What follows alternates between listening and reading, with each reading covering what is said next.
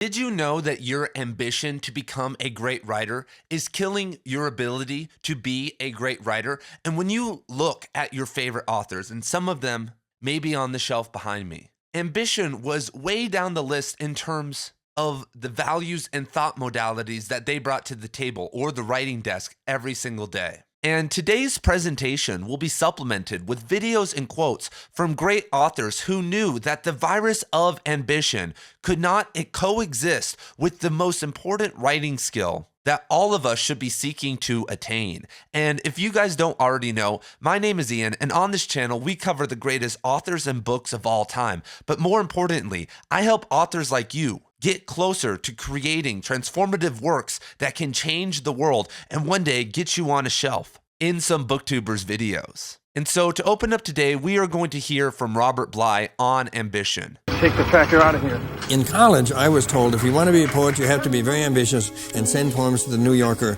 every 2 weeks. You read the Buddhists and they say if you want to be a poet, you got to give up ambition, period. So I've been reading that and I wrote this one, Watering the Horse. How strange to think of giving up all ambition.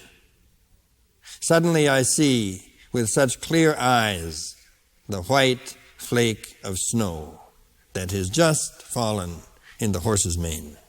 Bly right here gives us the playbook to learn the most important skill that all writers need to have, and actually humans need to have. And that skill is being able to see nature in a transparent manner, and in regards to life, having an accurate perception of reality. And if we reread the poem again, how strange to think of giving up all ambition. And when you give up ambition, this is what happens. Suddenly I see with such clear eyes the white flake of snow that has just fallen in the horse's mane. And when we look at the American poetic tradition, William Carlos Williams with his imagism really pushed this idea. And he has this famous poem where he keeps repeating this line and like making the audience or the reader repeat it to themselves. And it's no ideas but in things. You guys repeat it with me. No ideas but in things. And this is such a beautiful principle for writers to focus on, because if you cannot write about the things around you, the plants, the animals, your house in a beautiful way,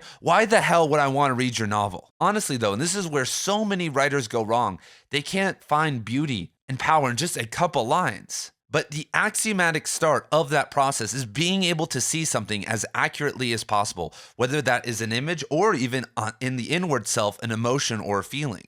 And when we examine the famed poet Rilke, probably my favorite poet of all time, he studied with the famous sculptor Rodin when he was very young. And what Rodin would make him do is do what artists had to do. And he would make him go stare at objects or at animals for hours and hours or even weeks at a time to be able to start to learn to see clearly. And this actually ties back to shamanism. A lot of shamanic practices all around the world require something very similar. I know in the spiritual ecology course, we talked about David Abram having to sit and watch a raven for weeks at a time, every single day for 14 or 15 hours a day, just looking and staring at ravens up close to kind of do this shamanic initiation. We talked about how that's probably the most profound spiritual transformation that you can do. And Rilke agrees, because in one of his most famous poems of all time, The Archaic Torso of Apollo, at the end, when he finally gains sight, he finally sees this torso for what it is, this sculpture. What the big line of the poem is, you must change your life, because when you can start to see clearly, when you can start to see the angels and God for what they really are, as Rilke would say, it will terrify you. It may be so immense that you can die. If you could see God and the angels with 100% clarity, you would literally die. That's one of Rilke's opinion, but that is what we are trying to get to. But how does this relate to ambition? Well, ambition is the antithetical energy to this sight, this clarity, this transparency of nature that we are trying to find.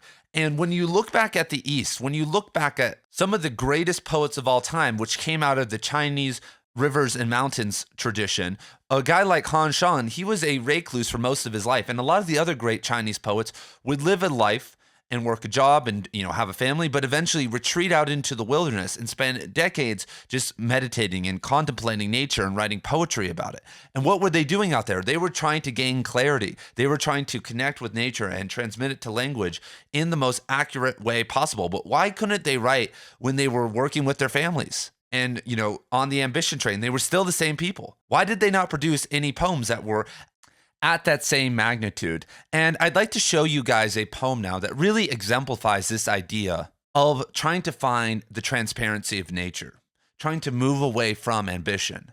And if we look back at Islam and Sufi psychology and their concept of the nafs, it's the greedy soul. It's the ego that's pulling you away, not just from good poetry, but from God. And so let us get into this poem now from Bly. After many strange thoughts of distant harbors and new life, I came in and found the moonlight lying in the room. Outside it covers the trees like pure sound. The sound of tower bells or of water moving under the ice. The sound of deaf hearing through the bones of their heads. We know the road, as the moonlight lifts everything. So in a night like this, the road goes on ahead. It is all clear. So now that we've read that beautiful poem, I want to talk to you guys because most writers in 2024 are in a very tough position because when you look at the people behind me, they were writing for decades and they had no distractions. Most of the time, they were womanizers or neglected and pushed away a lot of people in their life, or their husband or wife or whoever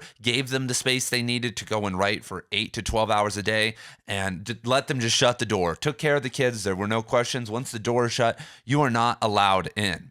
And so most of us aren't in that reality right now. And with the ever decreasing size of the publishing world and it getting harder and harder for kind of the meritocracy of writing to continue because of diversity quotas and book talk growing, how do we relate to these authors? How do we find our place in the world? Because you want to be as good, you want to be better. It's almost natural to want to stand on the shoulders of the writers who came before us. Because think of the NBA or any professional sports team. Whatever team last year won the major championship in the sport that you like, they would have smacked, the winner of 1995. Without question. If we go back to 1970, it would be a joke. But writing is one of these odd exceptions, especially in the fiction and poetry world. I've seen a major evolution in like nonfiction writing. Sometimes I'm reading stuff on Substack that's such a beautiful blend of criticism and somewhat entertaining writing. Like the combination of blogs and almost literary scholarship have come together, and it's really great. And there are covert diss videos out there on BookTube talking about my channel,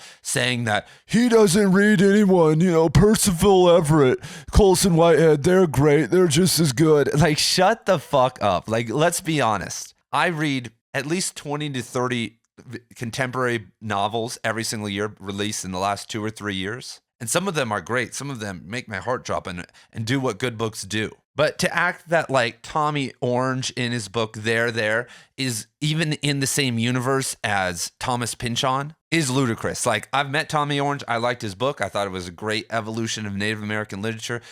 Shout out to, the Oakland Native American scene, like all that stuff. Cool, but they are not better. And so I actually think that a lot of these authors, and something that you're going to have to get over now in 2024, is that you are maybe not going to transcend some of these authors behind me. Because it wasn't just that they were great authors and had this massive dedication, which you can still find today, but when we look at, for instance, two of the people I cover on this channel a lot of the time, Cormac McCarthy and David Foster Wallace, they had very intense editors. Cormac McCarthy had Faulkner's editor. He had literally the perfect person who would put thousands of hours into editing his works at a very high level.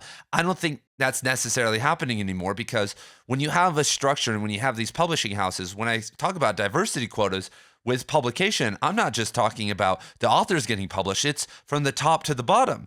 If you want to see something scary, go look at the editors. Go find the Twitters of the editors of Random House and all the other big organizations. And some of them seem very intense, but there's another group of them that are almost laughable. You're like, who? I know.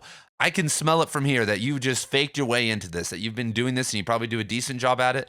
But if you were editing my book, oh my God, that would be a nightmare. And maybe it wouldn't, but if they were editing Infinite Jest or something crazy, oh my God. And the reason we want to be better, the reason you want to do better than the person before you, is that if you do, it's almost a guarantee that you're going to find some fame or some money in the community. Because honestly, if you wrote a book better than Cormac McCarthy, like a Western, like I know Philip Meyer's The Sun is very akin to the Border Trilogy. Well, that's why Philip Meyer sells books and is a full-time author. But what's interesting about this ambition to be better is that a lot of these authors behind me didn't have that chip on their shoulder. They were more in the realm of inspiration. They had shut themselves down. They weren't trying to be better than Faulkner or be the next great sci-fi novel. They were standing on the shoulders and like going into this whole other dimension. David Foster Wallace is not a Thomas Pynchon ripoff.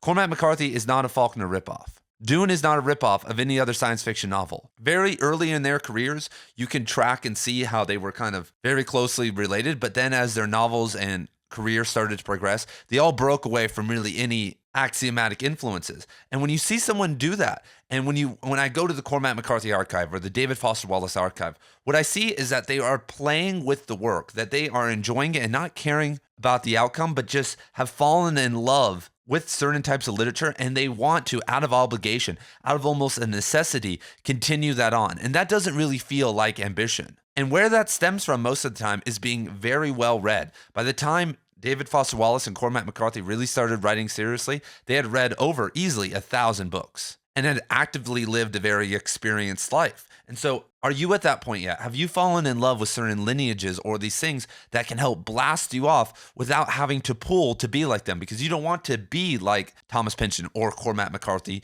You want to take some of his essence, jab it into your veins for a little bit of a kick, and then leave them behind. This all sounds really fun though, but there are financial realities to wanting to become a full-time author. All of us out there dream of that moment where we don't have to go to the job that we dislike, because 99 out of 100 people, if given the opportunity, hey, would you like to just sit around and tinker for a couple hours a day with your short stories or poems and get paid the same amount as the job you have to go and grind at every day? Most people are saying yes to that, at least who are writers. And so how do we not feel this pool of ambition to say, like, it's almost like speaking of heroin, it's like heroin, like, hey, I can get this rush, I can get this creativity, and it's going to give me these results, but in the long run, you're going to bottom out. And that's what ambition with art does. And so how do you prevent yourself from doing that? Well, that goes back to this concept of no ideas but in things, the transparency of nature. Because the reason you got yourself in this kerfunkel anyway, this problematic situation where you have debt or you have a family and you can't pursue your writing dreams, is that you weren't honest with yourself and weren't honest with others.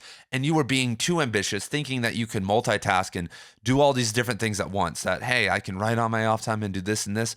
But you knew that that was a lie from moment one. That was the ambition. That was the greed inside of you talking. Because writing isn't just getting the 4 to 6 hours a day to sit down and like really produce something good. It's about experiencing things. It's about spending time out in nature and being with your family and doing these things that can give you the experience to have that jet fuel to write inspirational stuff for others to transform their lives with. And so my first 2 recommendations to kill this ambition virus in your mind and start moving toward better writing and more transparent creativity and just living in lucidity is shut off the hose. I understand that there is a floodgate and it's really hard to move back once it's going. Your kid has soccer, or you have a job, or you have these obligations. You have to take care of your sick mom. Okay, but let's not add any more to that ambitious plate. Cut it out. Talk to your wife, talk to whoever. I can't do more. I'm at my wit's end and we need to stop it here. I'm not saying that you need to downsize or quit your job or do anything like that.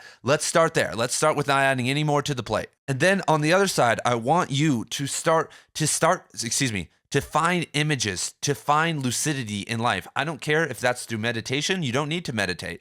It could just be like the Taoists did and these Chinese poets did, just by sitting out in nature. Go into your backyard, even if you're in some suburban hellhole where, I remember at the last house I was living, there was this, very overweight man 2 houses down, and he was into fixing his car and he didn't ride dirt bikes, but riding around in razors or whatever. And he would just beat the shit out of his kids, man. And I called the police a couple times because it got that bad. Like, I'm not one to maybe get in my neighbor's business, but just hearing a child scream continuously, stop, and you just hear the smacks. It's like, oh my God. And this happened 4 times a week maybe. And nothing ever happened about the calls. No one ever came, and nothing ever seemed to happen. But that wasn't But nonetheless, I would go out there and hope that wasn't happening so I could find a small amount of clarity out there. And, even better, obviously, go to a local park, go somewhere where you can find that and just have no ambition. This changed my life when I was 18. I just started sitting on this hill overlooking this beautiful view from campus. And here it is right here. I would just sit here, and it would either be snowy even a lot of the time. I would just sit, and there were some benches. I would sit here for 6, 7, 8 hours a day and just look out at that valley and do nothing. No music, no reading. I mean, sometimes I would read if I got like super bored or like writer stuff, but I really wanted to embody this Taoist mindset. So, I mean, this is probably one of my favorite spots in the world, honestly, because it really transformed my life and showed me what life was like without ambition. And was this good for my grades? No, I failed almost every class that semester, but it showed me that that wasn't important. There was some inward journey that was going on that I was being called to. And so finding these small moments like this is a great start. And you can eventually start to write. You can start to focus on images and start to build up that power, because at the start, it's not very good. I've taken major hiatuses from poetry before and writing in general. I'm honestly on one in terms of fiction right now. I've been more focused on poetry, and I haven't since, 2017. And that sounds like a long time, been that inspired by fiction. I write short stories. I'm working on a novel. But unless like this creative fire is pulling me toward that, it doesn't feel good, and it doesn't feel good to push myself. If I need to push myself for poetry or for something else a little bit, I feel more aligned with that. But it's okay not to do the most profitable thing. And like, that's something I've had to deal with. Like, okay, poetry doesn't sell very well. And the type of poetry that I'm going to be doing. And so like my game plan for the next 30 or 40 years is I want to release a bunch of nature poetry books, really dozens and dozens of them, because my favorite thing to do in the world is to go out into the desert every single day and write a poem or write a couple poems or just get a couple lines and hang out, because I can do that most days of the year. Because if I go out in the summer, in the early morning, it's cool enough to do that. And then in the winter, it's 70 degrees every single day. I won't become world famous from that. But when I do that, it keeps my whole writing ambitions and that whole weird drive to become something, to get that attention, to be greedy, to make money, keeps all of that in check. And I just go back and I relax. I'm like, okay, this is fun. And what's even better is that it subverts all expectations of readers, because while writing about images, while writing about nature, there are times where I do hit that level where it feels like I'm writing like Rilke or writing like the greatest poets of all time. And some of my poems, I hope, reach that level. But 99% of the time, I'm not reaching that level. With my poems, I'm just sitting out there, and they're good poems. Sometimes they're terrible, but they aren't these beautiful things. But by posting those, by not being scared to share those, then I totally dissolve myself of this need to be great, to live up to the expectation of you guys. Like, oh, this guy wants to teach writing. How good is he? Oh, here's a poem about a cactus. And so being able to implement a carefree attitude towards your writing, towards sharing it with others and not being scared to do it, I think will benefit you in the long run, because as Ray Bradbury says, relax, don't think, and then write. Like, don't think. And as you are working on your craft, as you are waiting for that 1% of poems or that 1% of fiction or sentences or paragraphs that are great, you can share with people some of the images, some of this journey that you're going on. People are going to want to see it. People want to see your evolution. And I think this is the future of writing in general, is connecting with your audience and showing them that you are human. Because the old model back in the day, and this is why this model doesn't work anymore, is that, okay, I every couple years I release one of these crazy books, and it shows in how great I am, and it kind of builds this persona and this figure. But the problem with that now is that, okay, well, you took 4 or 5 years to write something. Great for you. What if you got $80,000 for that? Well, it took you 5 years to do that. So what was that? $20,000 a year? That's not necessarily enough to live on. I mean, I guess you could live on that. Graduate students do it all the time. But is that the life you want to be living? And so every 4 years, you kind of get one of these books published. If you do, and you get this advance. And $80,000, that's a lot. I mean, most books what's the number? It's like 95% of books published by big publishing houses, by like the top 5, don't net the author who wrote it over like $8,000. So even if you write something great, 95% of you guys who make it all the way, who get your book published and you make it, you're going to get less than $8,000 for that effort. So that model seems to be broken, that even if you are getting lucky, it doesn't really seem sustainable. But instead, as you're going through that process, you could be dropping something that's big every 3 or 4 years and making that a big deal. But you could also be writing more playful things and like releasing that to your audience. And that really pulls this ego away from you, this idea of ambitions, because you're releasing things that maybe aren't your best. And people are going to enjoy you're giving it away for free or giving it away for a low cost. And it will give you the opportunity to maybe work on some of these things, like these minute things, like trying to gain transparent images, setting, characterization, unreliable narrators. These are things if you're doing fiction. These are the realms that you can practice in, and people can help you. People can give you criticism. And I posted a poem yesterday on Instagram for my Desert Orpheus collection. And as soon as I posted it, I realized, I was like, oh my God, I have a word wrong in this. And it was like an hour later when I re-looked back at it, and I was like, I can't delete this. Like, people have commented. and like this. Like, I don't want to like repost this with a new word in it. But there is a magic that happens when you release your work out to the world and other consciousnesses start to engage with it. It's you start to see what's wrong with it. You have a more pinpoint precision because it kind of enters this weird collective unconscious, and people's feelings and reactions to things, I think, are gauged at this weird energetic level. And you as an author feel that because you are the original creator. You are the baby of it. So there's also a power in that. And that's also a very fast way to level up, is to just be publishing things constantly. Because that is mimicking what the Chinese poets were doing. What they would do is they would write on rocks. They would walk around like Basho. He would leave his poems in places or put them on trees, put them on rocks, just write them on a piece of paper and throw them around. Like, it was just very fun thing that they were doing. And some of them are great. Some of Basho's stuff are some of the greatest haikus written of all time. And some are just silly and dumb. And it's really about caring about writing, because I know a lot of young authors. I know plenty. I've met hundreds, if not thousands actually, and conversed with them. And not all of them, but a lot of them, when I ask, like, why do you want to do this? Once I start peeling back the layers, and especially if I'm friends and they're honest with me, they want the attention. They want some money. They want an easy job. They want the attention.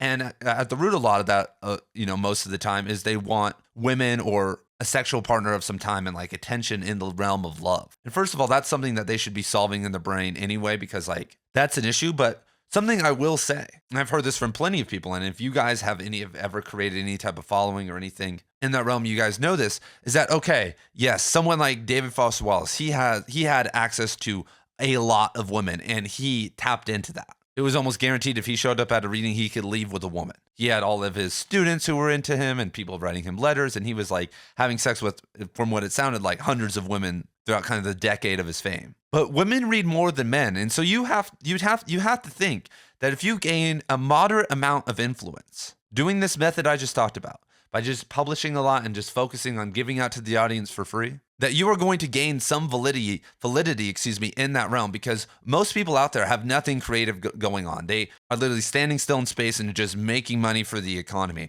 And so it's unique if you meet someone and they are a writer, they are publishing. Yeah, look, I have 80 short stories online and I have all these fans. Like, people see that and they like that. People are attracted to people who are doers and are releasing art out there. It's always been like that. And you don't have to be the best. But this is the same with money. Like, people who have money, it's much easier to meet women, people who are very good looking or very good at this. And so don't write because of that, because that will happen. And you don't have to be famous to let that happen, but you don't really have to make that much effort in life anyway to make that happen. And so what I'm saying is it seems really dumb to make that a part of your reasoning.